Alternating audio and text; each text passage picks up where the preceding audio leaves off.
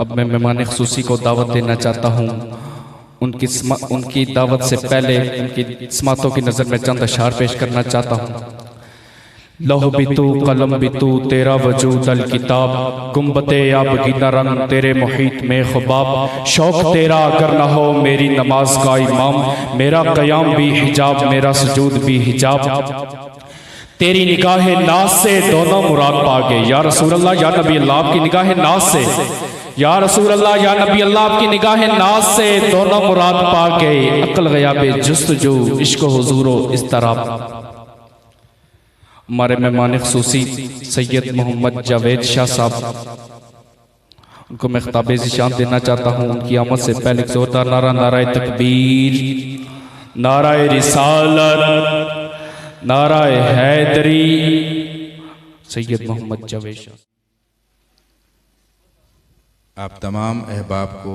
دل کی گہرائیوں سے خوش آمدید کہتے ہیں، اور دعا ہے کہ اللہ پاک نے ہمیں جس نیک مقصد کے لیے اکٹھا کیا ہے، ہماری یہاں پہ حاضری اپنی بارگاہ میں قبول و منظور فرمائے۔ میں مشکور ہوں انتظامیہ کا، بالخصوص محمد امین بٹ صاحب مرحوم، اللہ پاک آپ کے درجات بلند فرمائے، کہ تمام صاحبزادگان، انتظامی امور سے وابستہ جڑے میرے بھائی، سٹیج کی انتظامیہ بالخصوص حافظ نعیم صاحب، اور بالخصوص خلیفہ محترم جناب علامہ ثاقب یاسین صاحب، جن محبتوں سے آپ نے نوازا، یہ جو تعلق ہے جس کی وجہ سے ہم سارے ایک دھاگے میں جو نظر نہیں آتا پروئے ہوئے ہیں، جڑے ہوئے ہیں، جس ہستی کی بدولت ہے، انہی کی برکت کی وجہ سے آپ لوگوں نے مجھے عزت اور شرف بخشا کہ خود آپ نیچے بیٹھے ہیں اور مجھے آپ نے اوپر نشست عطا کی ہے۔ میں اس عزت افزائی کے لیے دلی طور پہ آپ کا شکریہ ادا کرتا ہوں، اور دعا ہے کہ اللہ پاک آپ کو اس کو دین دنیا میں بالخصوص آخرت میں جزائے خیر اور اپنے پیارے محبوب کی شفاعت نصیب فرمائے۔ قابل فخر ہے وہ اولاد جو کہ جانے کے بعد بھی اپنے بزرگوں کو نہیں بھولتی، اور یقیناً یہی اولاد صدقہ جاریہ ہے جو کہ اپنے والدین کی محنتوں، ان کی قربانیوں، ان کی پرورش میں آنے والی تکالیف، ان کے صبر کو یاد کرتے ہوئے ان کے لیے ایسی محافل کا اہتمام کرتے ہیں، اور ایک تحفہ ان کو ایصال کرتے ہیں کہ اللہ پاک آخرت میں ان کے درجات میں مزید بلندی عطا فرمائے۔ حاضرین کرام، صحیح البخاری شریف مسلمانوں کے تمام گروہوں میں قرآن کے بعد دوسری افضل ترین کتاب سمجھی جاتی ہے، جس پہ سب کا اجماع ہے۔ اس صحیح البخاری میں پیارے آقا کی حدیث ہے کہ مردے کو، انتقال کر جانے والے کو 3 طریقے سے مرنے کے بعد بھی اجر ملتا رہتا ہے، اور اس میں ایک اجر، ایک راستہ وہ صدقہ جاریہ کی صورت میں نیک اولاد ہے۔ تو جناب امین بٹ مرحوم صاحب کے جتنے صاحبزادگان ہیں، آپ تمام خصوصی طور پہ زیادہ مبارکباد کے مستحق ہیں، اور کوشش کیجیے گا کہ جب تک آپ کی جان میں جان ہے، آپ ہر نماز کے بعد ان کے لیے کچھ نہ کچھ ایصال ثواب کیا کریں۔ حدیث شریف میں اس کے حوالہ جات ملتے ہیں کہ جب وہ اللہ کے ہاں اپنی حاضری میں موجود ہوتے ہیں، اچانک ایک فرشتہ آتا ہے اور جس درجے پہ وہ فائز ہوتے ہیں اس درجے سے ان کو بلند کر لیا جاتا ہے۔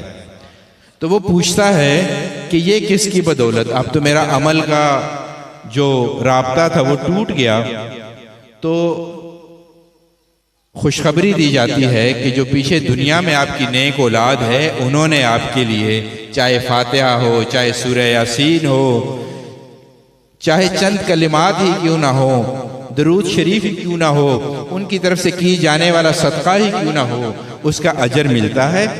اللہ کے ہاں قبول ہوتا ہے اور اس کے درجات بلند ہوتے ہیں۔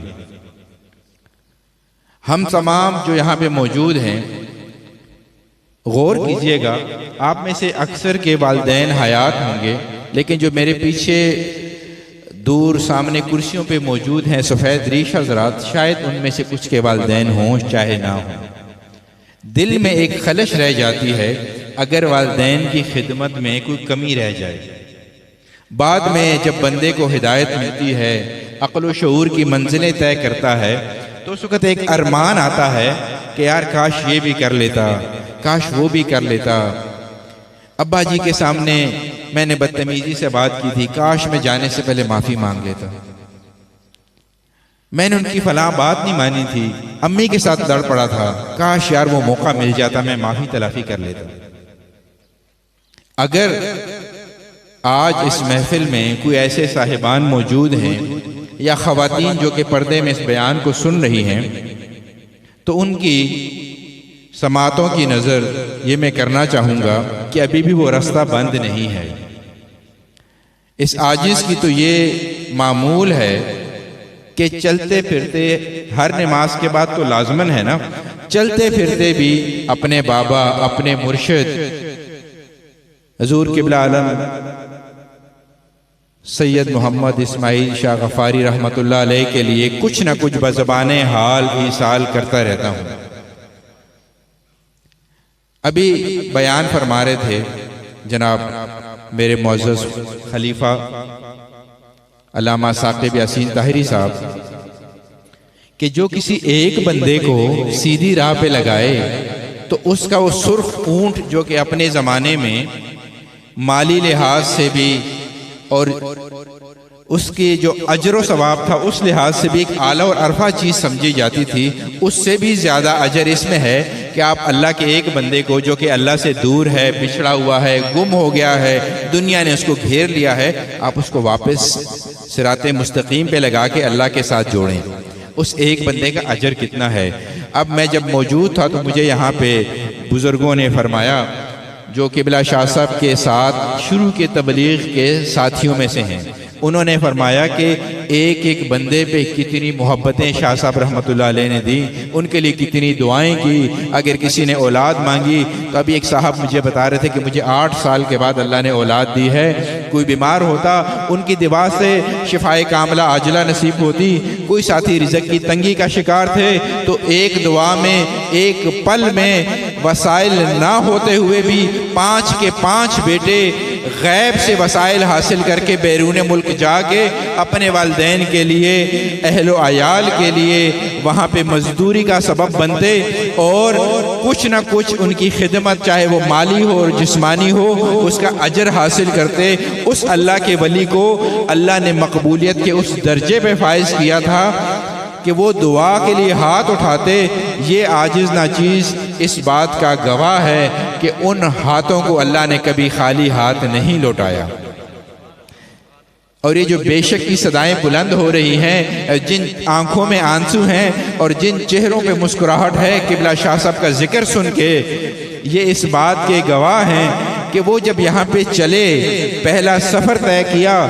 تو یقیناً یہاں پہ کسی کے ساتھ ذاتی واقفیت بھی نہیں تھی سوائے 2-3 افراد کے، اور ایک ایسے انجانے علاقے میں جا کے تبلیغ کا کام شروع کرنا، ان لوگوں کے اللہ کے ساتھ واپس جوڑنا، یہ یقیناً ایک مشکل ٹاسک تھا جس کے لیے آپ کو اعلیٰ درجے کا ظرف چاہیے، آپ کو سفر کی صعوبتیں برداشت کرنے کا ہنر بھی چاہیے، آپ کو شفقتیں بانٹنے کا، رحمتوں کا ذریعہ بننے کا ہنر بھی چاہیے، اور آپ کو دعاؤں کے مستجاب الدعوات کے درجے پہ فائز ہونے کا ہنر بھی چاہیے۔ اور یہ بدرجہ اتم حضور قبلہ شاہ صاحب رحمۃ اللہ علیہ کی ذات عالی میں موجود تھی۔ میں تقریر کرنے کا قائل نہیں ہوں، نہ میرا وہ مزاج ہے۔ اب چونکہ مجھے بلا لیا گیا ہے تو میں جس ہستی کو ریپریزنٹ کر رہا ہوں، ظاہری بات ہے میں ان کے چند فرمودات ان کی طرف سے آپ کو گوش گزار کروں گا۔ میں اس قابل نہیں ہوں کہ میں آپ جیسے سفید ریش حضرات کو نصیحت کروں، نہ میری یہ اہلیت ہے، نہ میں عالم ہوں، نہ علم ہے، نہ تقویٰ ہے۔ صرف چند گھڑی ان کی صحبت نصیب ہے اور ان کی خدمت کرنے کا اس عاجز کو شرف حاصل ہے، جس کی وجہ سے آپ لوگوں نے یہ عزت، یہ کرسی، یہ سٹیج بخشا ہے۔ تو اس صدقے میں چند چیزیں آپ کو عرض کروں گا، پھر میں اپنی گفتگو کا اختتام کرنا چاہوں گا۔ حضور قبلہ شاہ صاحب جب یہاں پہ تشریف لائے، انہوں نے ہمیشہ آپ کو اللہ کے ساتھ ڈائریکٹ بات چیت کرنے کا، ڈائریکٹ ٹیلی فون کال کا، ڈائریکٹ دعاؤں کا جوڑا ہے۔ آپ ساتھی گواہ ہیں، کبھی انہوں نے یہ نہیں کہا کہ میرے پاس آؤ گے تو میں دعا کروں گا تو تمہارا کام ہوگا، فرمایا نہیں، بلکہ جب رات کو 2 بجے 2:30 بجے ہوں، اپنے آپ سے سوتے ہوئے کہو کہ میں اتنے بجے تہجد کے لیے اٹھوں گا، بیدار ہوں گا، تو آپ کو آپ کا ذہن، آپ کا دماغ، آپ کا دل آپ کو رات کے 2:30 بجے 2 بجے 3 بجے تہجد کے لیے بیدار کرے گا۔ بیٹا پھر اس وقت اٹھنا، کوئی ڈنڈا مارنے نہیں آئے گا، اٹھ کے 2 رکعت نفل پڑھنا،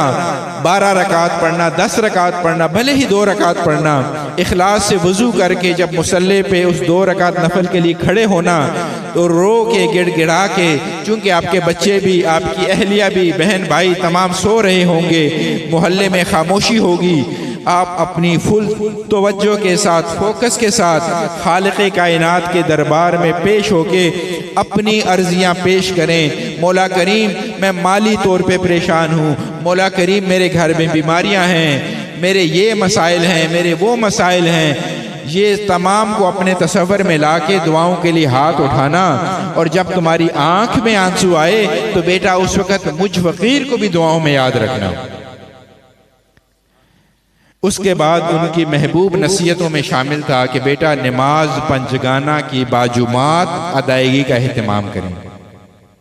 فرماتے تھے کہ تم اللہ سے کچھ مانگتے ہو، اللہ تمہیں عطا کرتا ہے، اور تم اللہ کی بات نہ مانو تو کیا اللہ ہمارا ملازم ہے، ہمارا نوکر ہے؟